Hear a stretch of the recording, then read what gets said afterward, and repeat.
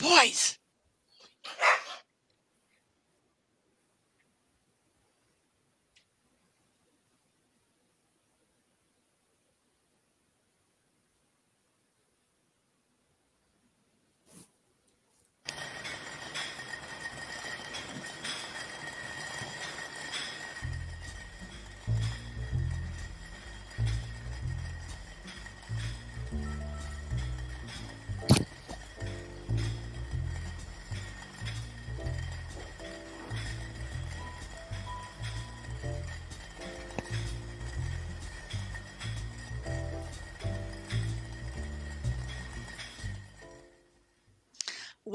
Welcome back, everybody. It is What to Know Wednesdays on our RAMP Real Access Motivates Progress podcast. Tonight, we have a great show for you. You all know that I am running for the National American Women of Service competition next weekend, and I have the director with me tonight, Jasmine DeRider, and Monica Jobert, one of our contestants, and we're going to talk to you tonight all about how inclusive this pageant actually is and what it's all about. So welcome, ladies. How are you this evening? Great. Doing really well, thank How are you? That's great. I'm glad to have you both here tonight with me. Jasmine, tell us a little bit about you and your backstory so we can kind of let the audience know who you are. Well, we created American Women of Service in 2017. We launched it with the ideal of creating an atmosphere and a place for women to join together and to bring their love of community service to the forefront and kind of support each other that way, empowering each other as they serve their communities. So it's kind of where we are with that. Okay, great. And tell us a little bit about you and who you are and what you're all about. Well, I am a 32-year-old mom of 5.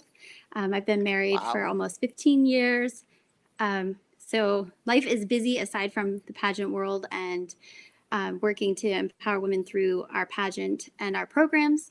I loved community service, which is where the basis of the program started. And I really wanted to encompass that and take it to another level. So as a child, I dreamed about bringing a national pageant organization to the state of Maine, which I have successfully done as of this year, where we brought it to my home state, which is very exciting, on our 200th birthday.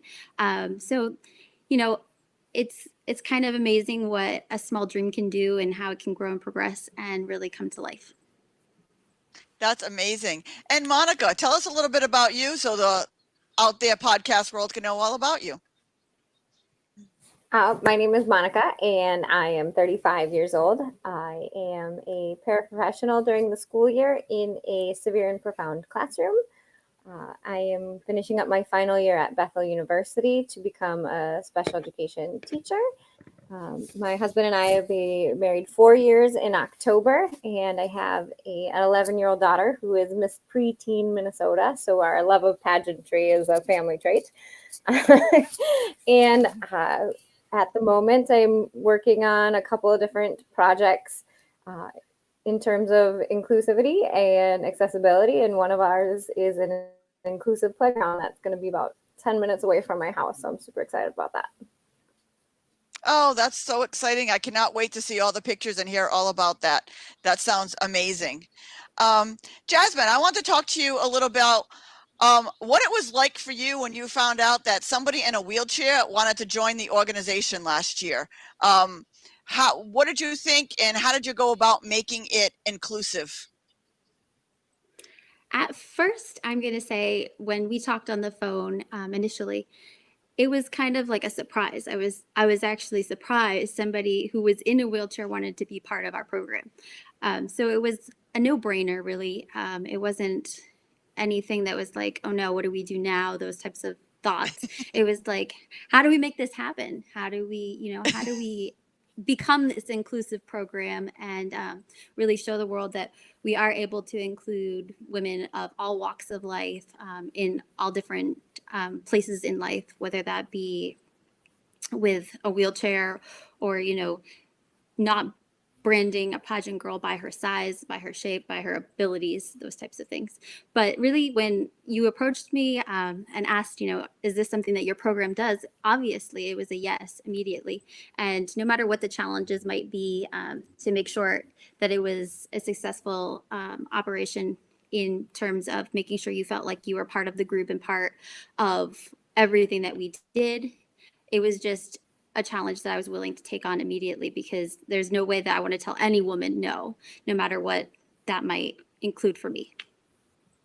Well, and I have to tell you, you did a absolutely phenomenal job, because I was worried about fitting in with everybody last year, and it was like day one, it was like I had legs too with everybody else. Mine just had 6 wheels. You did an absolutely amazing job. Was it a lot of work to change things up to accommodate my wheelchair? Not at all. Not really at all. It was just a matter of reimagining what the production side might look like, and being flexible with my communication with you, and in terms of how I had imagined things, or how, you know what I mean by, when you think about a pageant stage, like, how can I make this work on what I have available to me, what my budget is, while making sure everybody felt like they were equal and a part of the program. So I don't think it was hard. It was just a matter of reimagining, reinventing, taking into consideration what I needed it to do and what it needed to be like, and making it a good fit for everybody. Well, you did a great job. Monica, we had spoken earlier in the year when we connected online on Facebook before you even became a full sister to the sisterhood, saying that you watched the pageant. What inspired you last year about watching the pageant to make sure that AOS was a fit for you? So one of the biggest draws was the fact that they pretty much predominantly featured a woman in a wheelchair. I mean, you were front and center in that class of 2019 photo.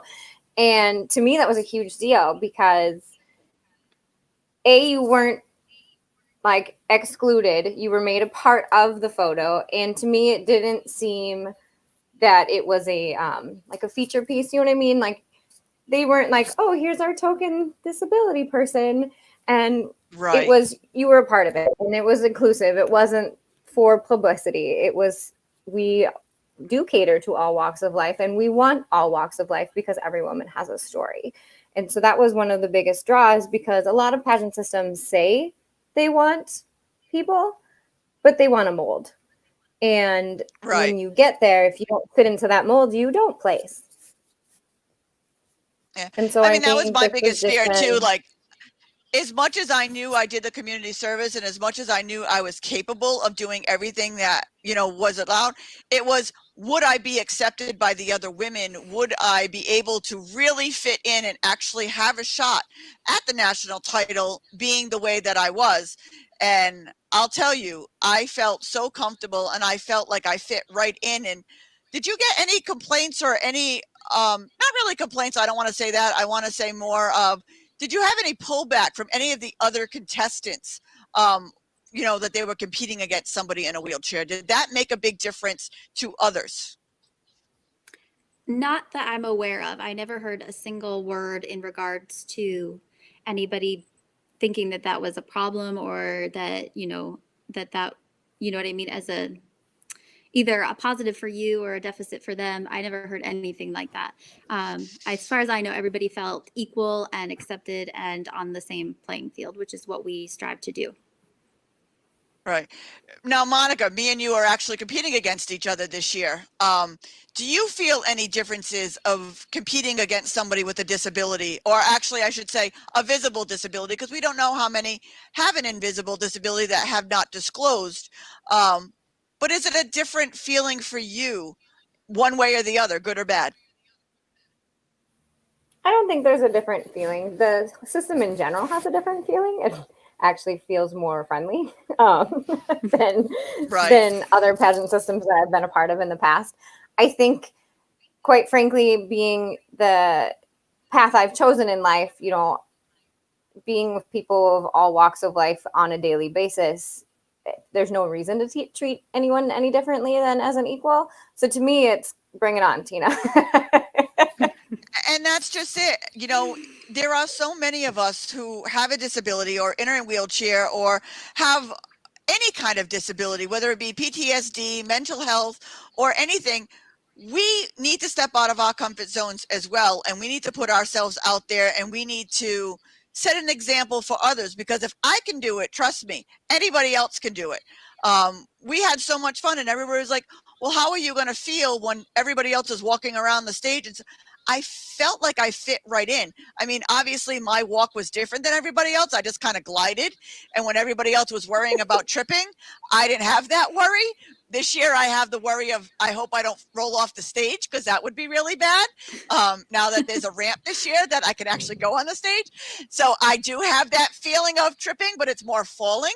My biggest issue is because you can't feel my feet, that everybody needs to make sure that I have shoes on. So that's the biggest difference. But I found even in the dressing room last year that I was probably one of the first ones dressed for every event. And I don't know if that was me trying to make a statement that I can do this and I wasn't holding anybody up, or if it was just, I don't know. I mean, did you get that sense last year, Jasmine? I have no idea what happened in the dressing room. I am so on the go that I don't even see half of it. So, but I never had to come looking for you. You were never one of the ones that I had to say, where is Yeah. she? She's not in line. So, I do remember a couple of people saying they were asking for like extra help in dressing in the dressing room. And somebody said, if Tina can dress by herself and be ready, there's no reason why you can't. So I mean, we had those kind of things last year, but I just thought it was fun. Tell us about some of the optionals that people can enter, and how it is a broad inclusion piece, because there's a little bit in there for everybody. So our national competition components include optional competitions, which is actually part of the overall score. So they count for 10% of your overall score. You can choose to enter as many as you want or as few as you want, just one if that's your choice. So we include photogenic, role model, personal platform presentation, non-performance talent, which is talents that can't be performed on stage. We include, let me think, there's 10 of them. I know that, but I can't think of all of them. Fitness, speech, Americana theme wear, what's the other one? Performance talent. And I think I'm missing one or two. But the whole idea behind these optionals is to get oh yes, positive pageantry writing, that's one.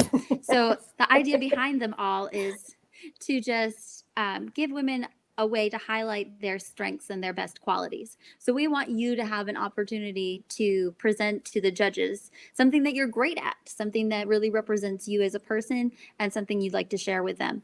So in doing that, we've tried to give everybody an opportunity to present something that they feel good about, and give everybody a broad spectrum of different ways to do that.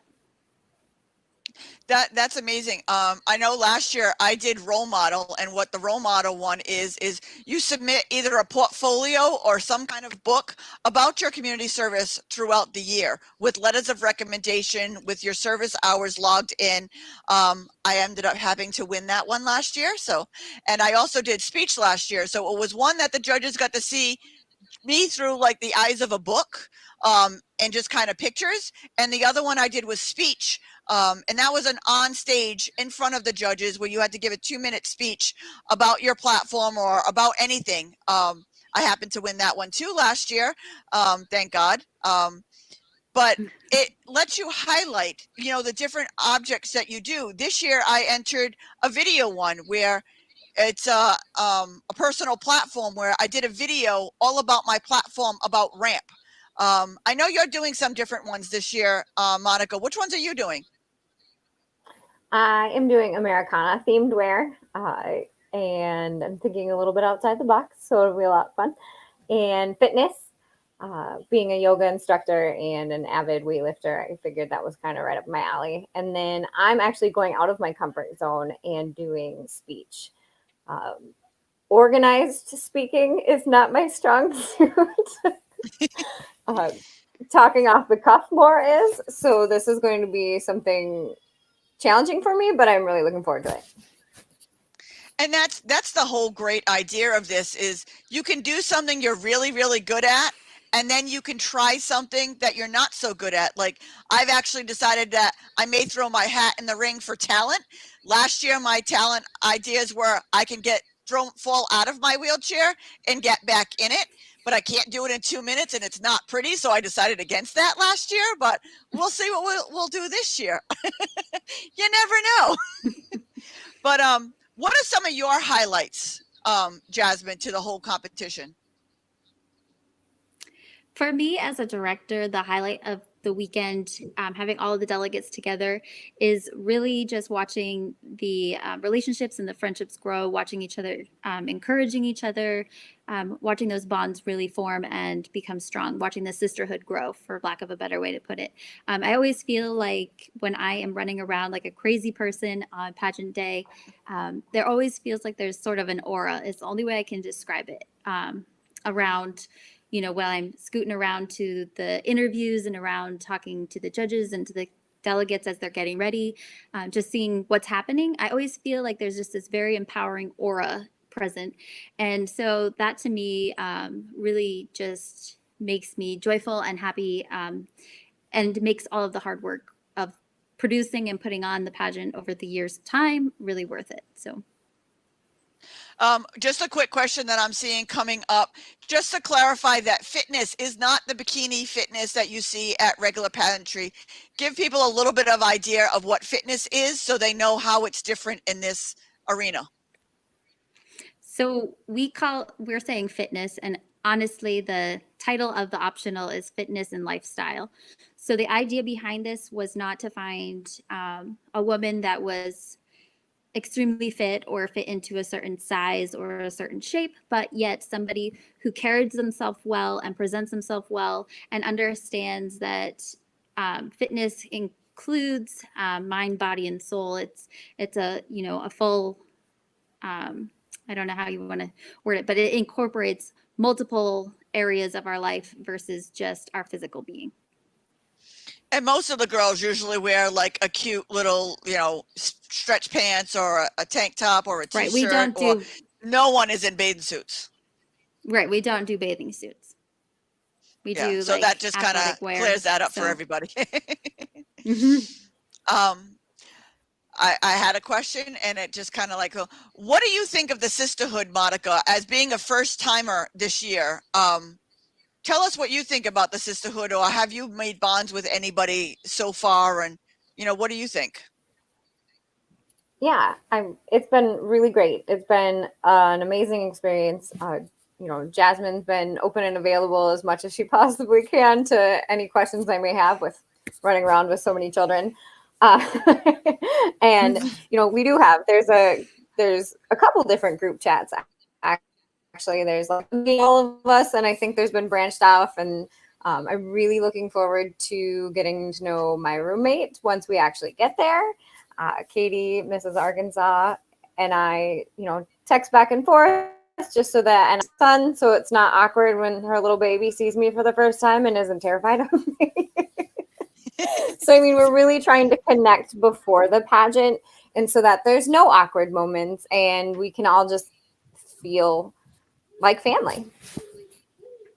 Yeah, I think it's great because I have sisters across this great country, from West Virginia to Arkansas to Minnesota to New York, Pennsylvania, whatever. But we just feel like, okay, we can't be with her. But you know what? I can't be with my neighbor next door right now with the pandemic. So I actually have more friends now that I can actually see, because with all of the Zoom and the teleconference and everything. What has changed this year? Jasmine, you do an absolutely phenomenal job. I don't know how you do it with 5 kids, but you take care of us from soup to nuts and everything in between. We could not be treated any better than we are by you. But what has changed this year with the COVID? I know that's added an extra layer to everything that you have to do. So production side of the pageant and preparation side, it has added a large extra layer. We have a lot of precautions in place to make sure that everybody is safe while at nationals and attending all the events. So we're adding the requirements of wearing masks, of making sure that we have hand sanitizers available for everybody to use. We will be taking some temperatures before certain events and before our live event when the public is allowed in to watch. And we are also working our best to keep that 6-foot distance that's recommended by the CDC. So there's a lot of extra little precautions that are going on. But I'm very confident that if we do our best to adhere to those precautions and the guidelines, that we'll have a very safe and a really great time. So it has added the extra stress of trying to schedule and plan and try to keep everybody into smaller groups and those types of things. And of course, we had to reschedule the pageant from its original date and push it back a ways, move the venue, those types of things. But we have successfully been able to navigate all of it, and we're just looking forward to a great time next weekend. Yeah, I know. One of the ones that we have to do is all of us have to get a 72-hour COVID test before we arrive in Maine. So I know we're all diligent getting that all situated in our own states to make sure that, our states that have a different timeline of testing, just getting that done is a bother to us, but I can't even imagine what you have to do on your end to make sure it's all taken care of. But I mean, you've kept us updated on everything, and you've been right on top of everything with us, and we can't thank you more. I know this year, because it's going to be different, that there isn't going to be the audience that the pageant is used to. How can people watch from all over the country, which actually is a cool idea, is they can watch from all over the country without having to travel and putting themselves at risk? How can they do that? Yeah, so we have an option for them to purchase a virtual ticket and watch online live as the pageant happens. So they go to our website at www.americanwomenofservice.com/nationals. There's a link where they can click and pay, and we get their ticket to them and give them the instructions on how to view. So they can all watch from home and, send well wishes after they've seen their favorite delegate on stage, so she can catch them via, text message while she's backstage, all those fun things. That's great. So if they purchase one, they can, as many people as they can fit into their room, going by your state gathering laws, because I'm not telling anybody to break the state law, but as many people as you are allowed by state to gather in that room can do it on that one ticket, correct? Absolutely. Yep. So they can, have a watch party at home. So you can gather all your friends together if they want to get together and watch from home and enjoy each other's company while they cheer on their favorite delegate. So, yep, that's exactly how it Now, works. will they only be able to watch the main pageant, or will they be able to watch all the optionals as well? Both. So both are under one ticket, and they can be viewed in the same place. So the optional show will start at 6 p.m. and then the final show will start at 7 p.m. So they'll be one then the other, and they can watch them both right in the same place. That's great. Do you have a watch party gathering together in Minnesota, Monica? It was actually going to be my post after this podcast was done, so that everyone knows where to get the tickets. That's great. It was a good reminder. Thank you. Tell us a little bit of what the contestants are going to be experiencing when they arrive in Maine. Just kind of give everybody kind of like a quick overview of what we're going to be doing and experiencing while we're in Maine. Sure. So this year for Nationals, coming to Maine on our 200th anniversary, it's kind of just a special time to be in Maine, I would say. Lots of things have been canceled, but we're still 200 years old this year. So that's kind of exciting just in itself. So our delegates always do an outing of some sort. So we always go somewhere together as a group and enjoy some time aside from the pageant scene, just to relax and enjoy each other's company. So this year, our delegates will be visiting the Portland Head Lighthouse, which is the most photographed lighthouse in the country. So they'll get a chance to see it and see the beautiful Maine coast, which is like no other. But I might be a little biased as I am a Mainer at heart. But, and then we'll get a chance to go to our downtown Old Port area in Portland, where there are several authentic Maine eateries. If you like seafood, there's a great lobster place. You won't be disappointed with the beautiful scenery and the great places that you can check out while you're there. So those are happening. Along with, we will be doing a paint and sip event for our delegates, which again is another event meant to just give them time to be together and enjoy their time together, get to know each other while having fun. So we're going to be painting a painting that is more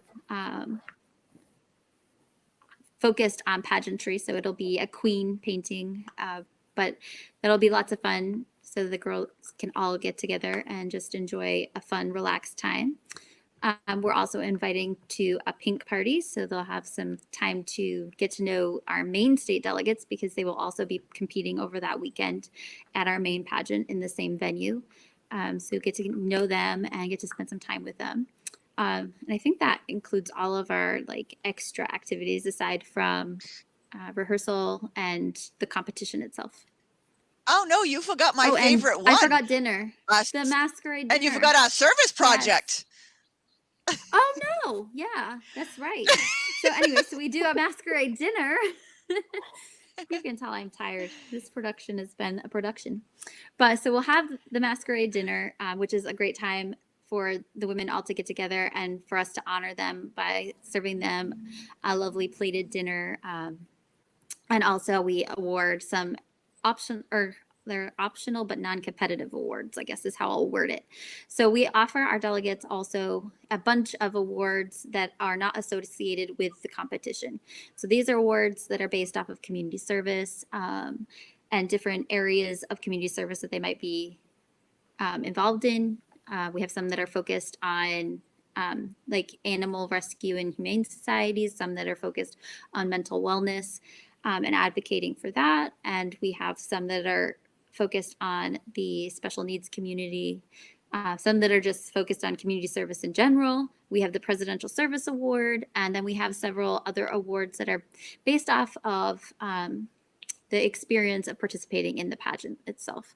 So some awards that we just give out to delegates that we think have shown, you know, an exceptional level of, I don't even know what you want to call it, of working with their fellow delegates and with the directors and those types of things.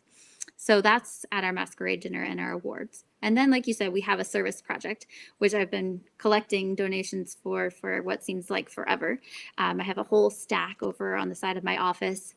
It's almost as tall as me, so that's 5 feet tall, of items that we will package into what we're calling blessing bags for women to deliver to the homeless shelter and hopefully bless some ladies with some basic essential needs when they are at maybe their lowest point in life, just to remind them that, hey, you're not in this alone, and, you know, to encourage them to keep going. So, and hopefully we'll be including in those little postcards with some uplifting messages, just something, you know, to give them the extra boost that they might need to continue.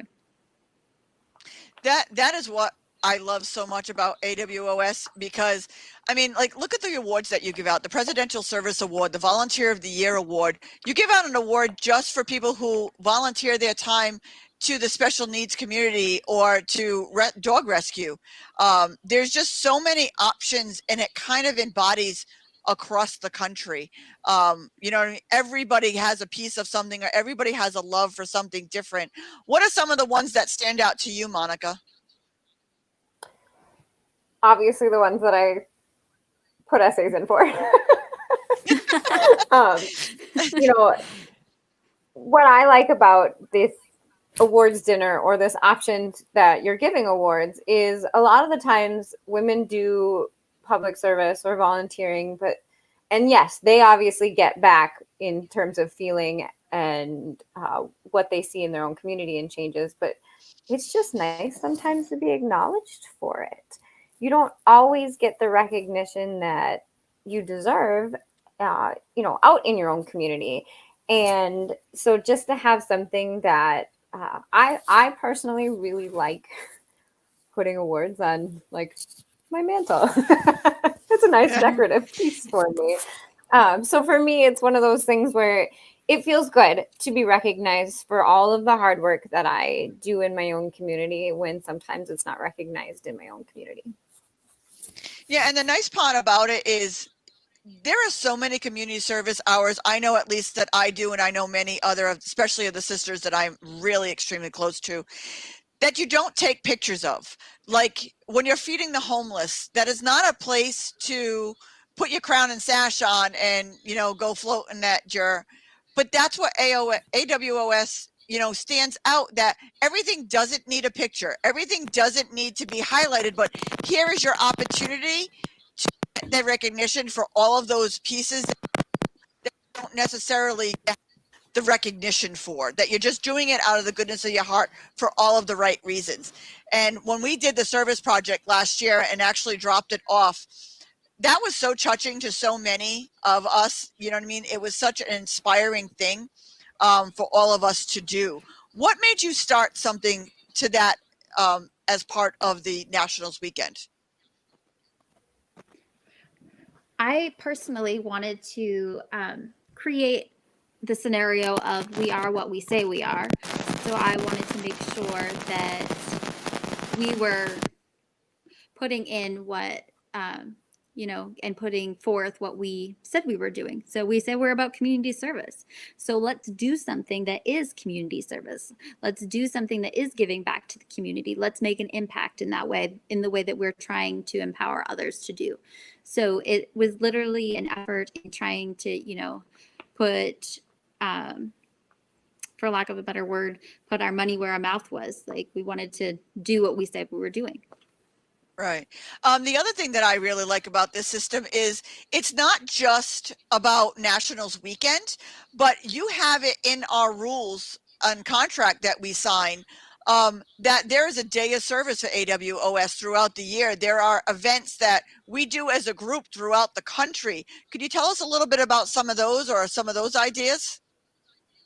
Yeah, so we established a National Day of Service, which is designed to encourage all of our delegates to get out and do something all at the same time. So it might not be the exact same time of the day, but during that day sometime, as a group, we are collectively going out and finding some kind of service activity to be involved in, whether, it's handing out a medal at a marathon of sorts, or whether you're making a donation to the animal shelter in your area, those types of things. It could be anything, but it's a way to get everybody on board to do something on one day.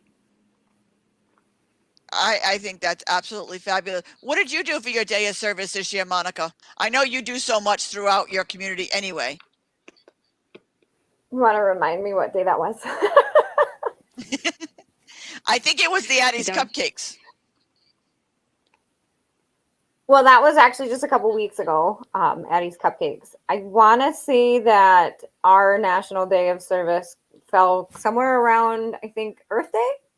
Does that sound right? Yes, that's right. Okay, so my daughter and I, being that she's her own title holder, we did a daily cleanup challenge. So for that entire week, we chose a different area of our community to go and pick up garbage. And we challenged others to do the same with the hashtag. And we had 2 people enter. So that's great. I mean, I just, yeah, right. I just love that we get to do things all together throughout the country, because you always have little challenges for us every month. Like, let's see how many can do this month, or who can do this month. I just love the fact that it's not just for Nationals weekend. It's not just for the glitz and the show, because I mean, face it, we all love the big tiara, and I know I'm one with the glitz and glamour, to love the tiara. But it's not all about the tiara. You throw out different things to us to help support each other and to support each one of our organizations and to help us throughout the year. I know you go above and beyond to make sure that you support everybody. What does that mean to you, knowing that you're helping all of these women across the country?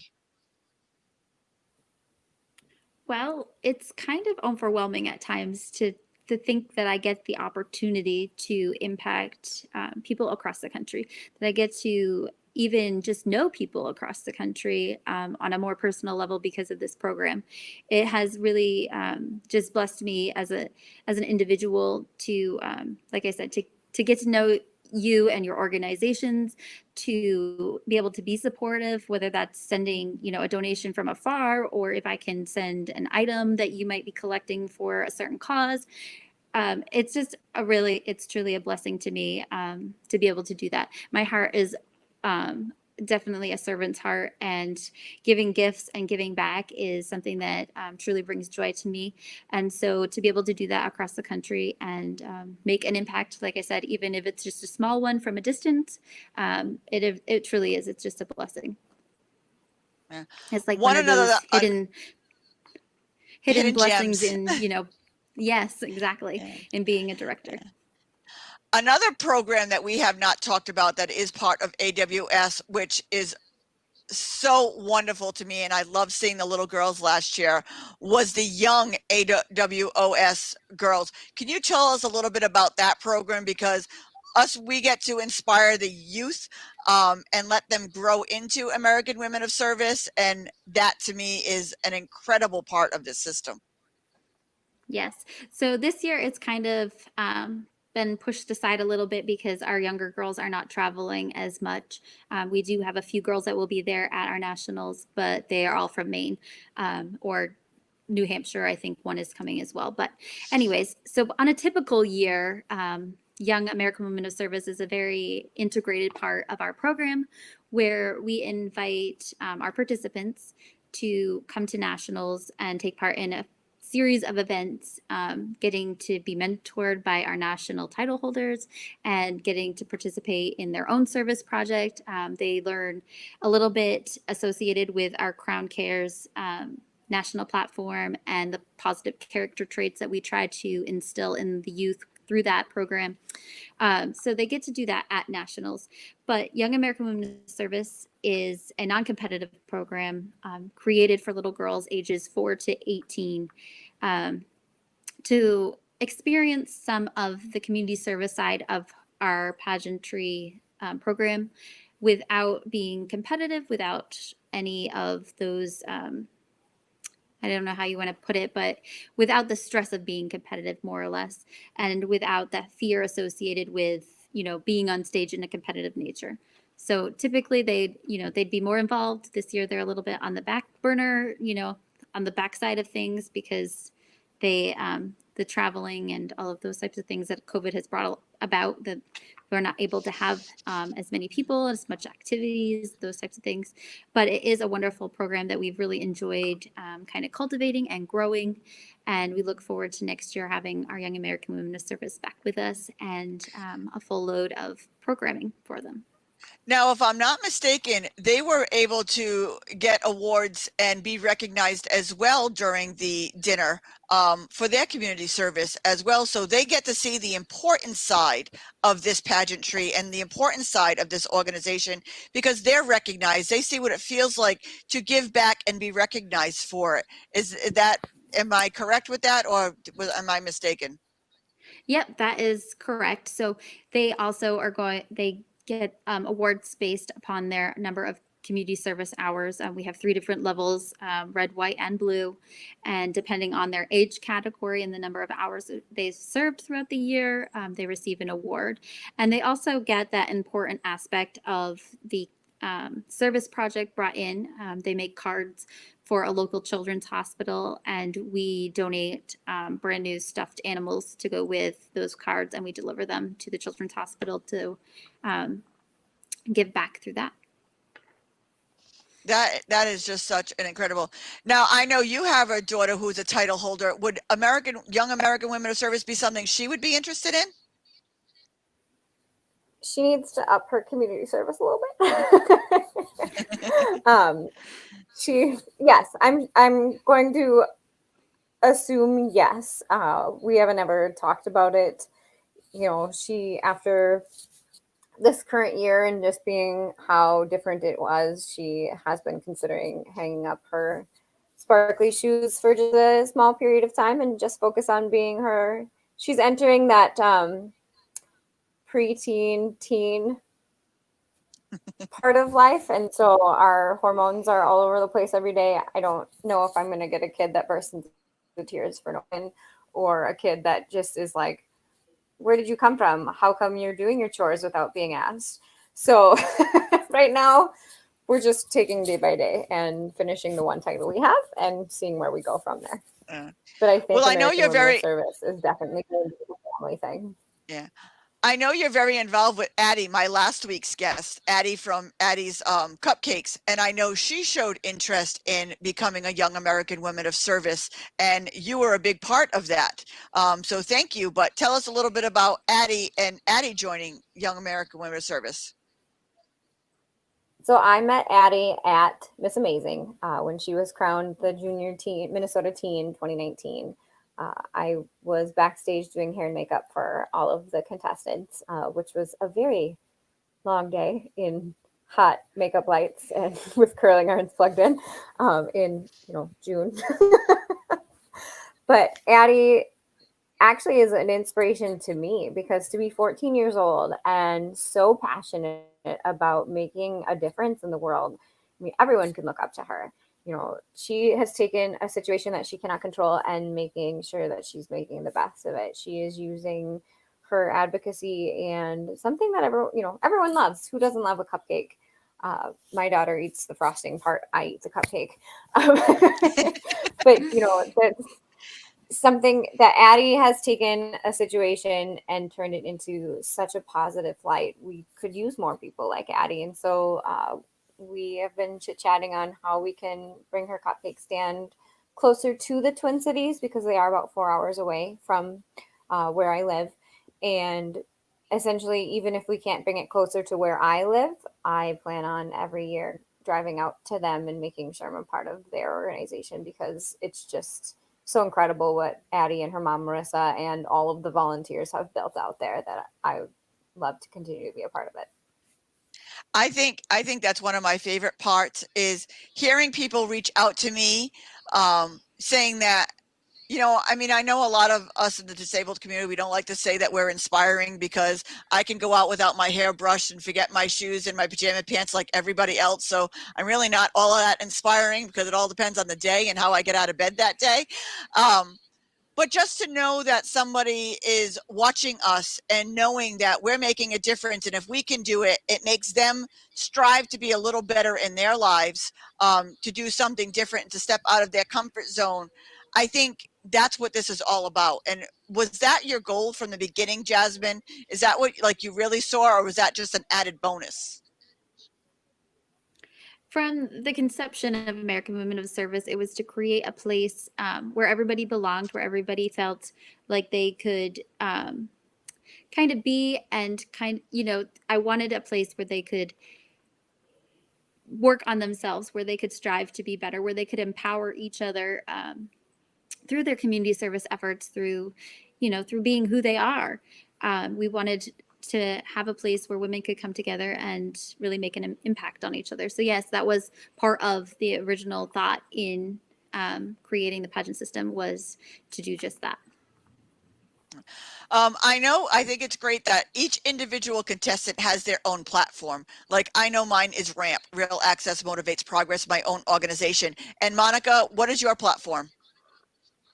So my platform is disability inclusion. So very similar to obviously to your passions and what you talk about. Mine is, I guess, more in general, just that we are focusing on inclusive pieces in everyday life. So like right now, my current project is an inclusive play space for everyone to enjoy in a city that isn't too far from me. But what I like about my platform is it can be fluid. Right now we're working on the playground piece, but maybe it's getting a ramp built somewhere else that's needed. There's one thing I'd really like to focus on my downtown. It's very old. And so a lot of the buildings were never obviously built to be accessible to begin with. And doorways are this big. And that's going to take some time to update and to get people on board with changing the physical structure of a building to widen doorways and things like that. but it's in the works. There's a lot of little bullet points Yeah. on my future plans, but the sky's the Yeah. limit. There's always going to be a need for the inclusion piece, unfortunately, in our reality. But on top of all of us having our own personal platform, we all adopt the national platform, which is the Crown Cares, creating a respectful environment in our society. Can you tell us a little bit more about Crown Cares and why that's so important? Sure. So Crown Cares was originally created by Deb Landry to be creating a respectful environment in schools. It's an anti-bullying platform to educate youth about positive character traits. So we emphasize the positive side of it to try to prevent bullying versus pointing out the negativities associated with bullying. So that was its initial conception. So when we decided to create a women's program, we wanted to bring it to a woman's level to kind of mature the program a little bit. So that is where it came in to be creating a respectful environment in society. The reality is that bullying and positive character traits or negative character traits really exist in adulthood also. They exist in workplaces, they exist on the street, they exist in, circles of people, whether that would be like within social groups or, communities. So there's a need to continue to bring awareness into or to adults in really truly creating a respectful environment, teaching people how to respect each other and to accept each other and to include everyone. So that is the basis of what we try to do. And it always is really encouraging and almost blows me away to see how each year our national title holders kind of mold it into another facet of life. Our national elite currently has asked about cultivating respect. And so that's her take on creating a respectful environment in society and how she can give words of wisdom and advice to those who read her podcasts, or not just read her podcast. You don't read a podcast, you listen. You read her blog, and then she talks about it on her podcast. So, but, she offers all this insight into a busy day-to-day life from a mom, wife, and servant's perspective about how to be respectful in society, whether that's respecting people's time, respecting, all of these things, and they all interlink and they all come together. And respecting each other. I mean, it's all It's kind so of true circles because back to respect. not everybody has to agree. We can all have our own opinions. We just have to be respectful that everybody doesn't have the same opinion, because if we do, this would be a very boring world that we lived in. But it's nice that, we don't always have to completely agree with everybody. We don't have to always understand, but we have to respect and let somebody else voice their opinion and respectfully care for it and nurture it, and not have to have a fight about everything, or not have to make it come to blows or words or whatever. And I love that being part of our national platform, that we all get to integrate into our own everyday personal lives. If you had really to leave somebody I haven't seen a personal platform of any of our delegates that could not intertwine with Crown Cares either. So just about anything that you could come up with that's your personal platform would relate in some aspect to the Crown Cares and creating that respectful environment in society. And that's what I think is so wonderful about this, because again, it opens it up to just about anybody. Because like you said, I mean, out of all of these years, you haven't seen anybody it hasn't intertwined with. And it's just adds another layer to our own personal platforms and gives us space to grow and to grow as an organization.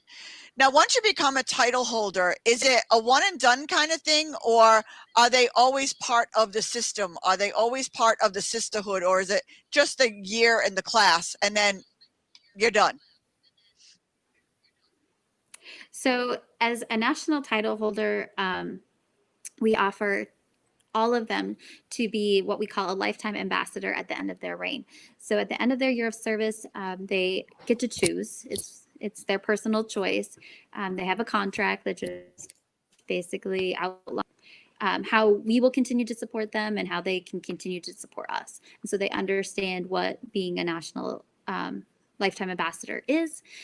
But so we have that program put into place so that women can continue to be integrated and involved in our program for life, a lifetime investment if you choose to have it that way. I mean, we wish everybody the best, even if they don't think they want to continue that in the future. Obviously, we hope people will, but that's kind of their personal choice, up to them. But yeah, so it's never a one and done. And even for our state delegates, the bond that's created over the year as you prepare to come to nationals is one that I have not yet seen broken. Each year, the class creates these special bonds, and because of things like Facebook, I'm able to see and watch as those bonds continue to exist long after they've left nationals weekend. And again, those are the things that are truly the blessings behind the hard work of putting on a national production, to see those relationships continue to flourish, and for the impact to last longer than just a weekend.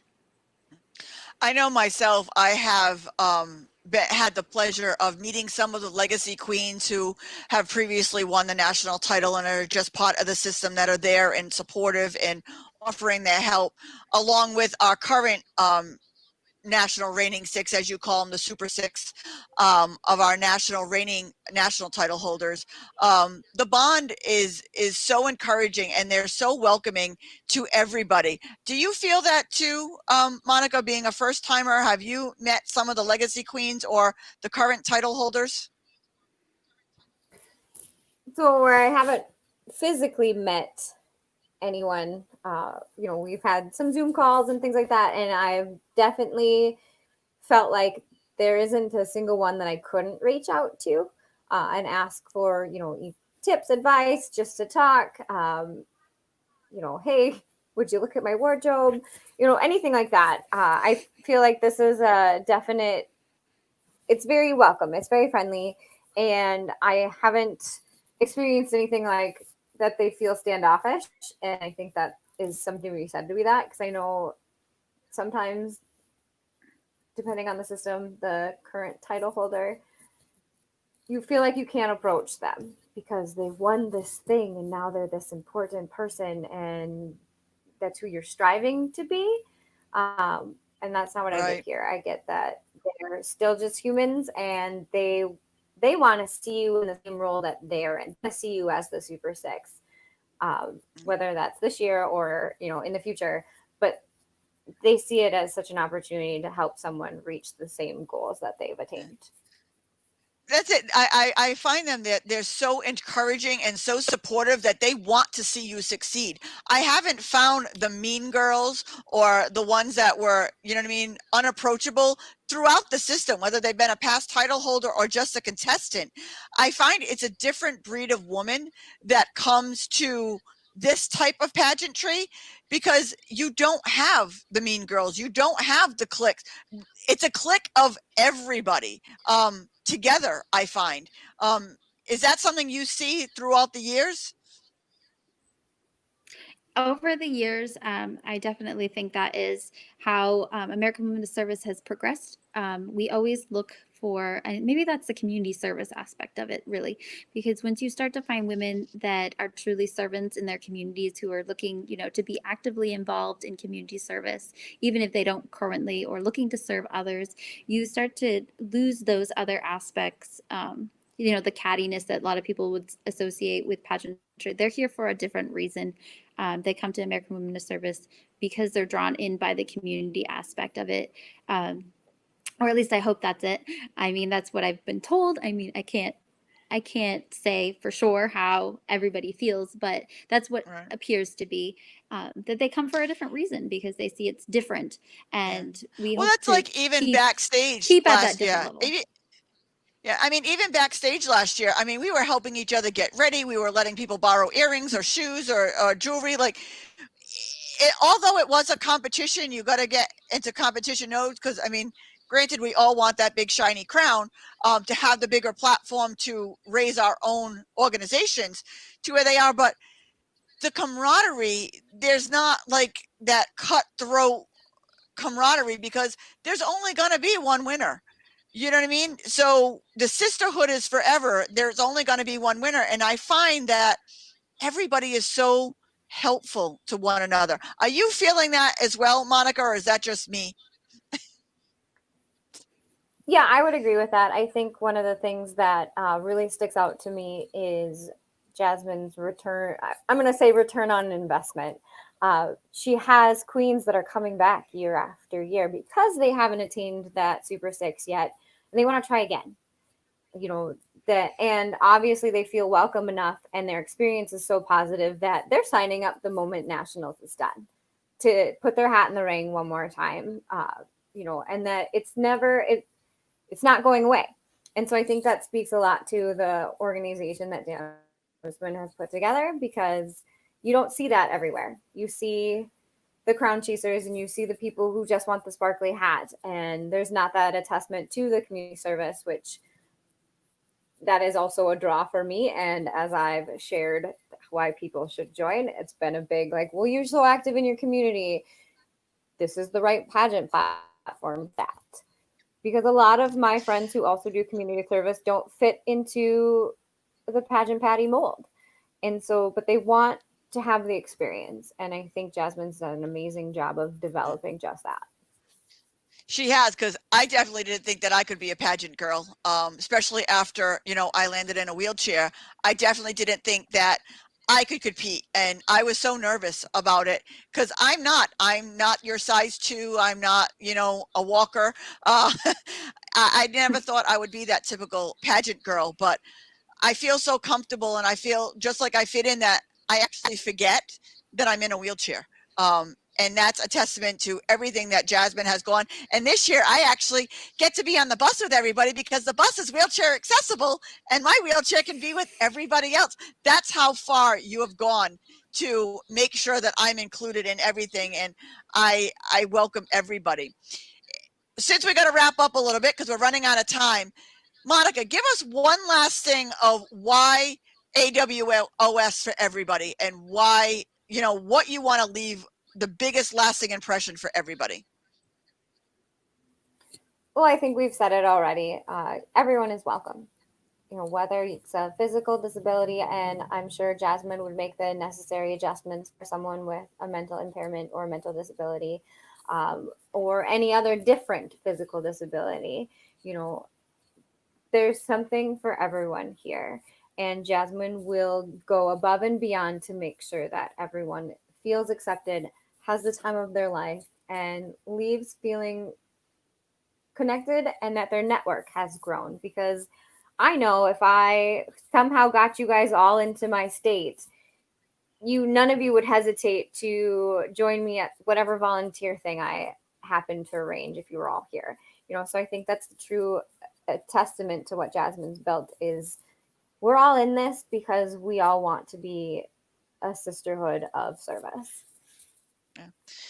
Now it's on to you, Jasmine. What do you want to leave everybody with? What's the lasting impression that you want to leave for everybody? Well, it's kind of like Monica said. We strive to be completely inclusive in every aspect of what we do. And we didn't get to touch on it, and I totally forgot when we talked about Young American Women of Service. And Jackie wasn't able to be with us tonight, but her daughter, who is autistic, was part of our Young American Women of Service last year. So, we did everything we could do to make sure that she had a great time. And as far as I know, she was going to come back this year had COVID not been a problem and participate again.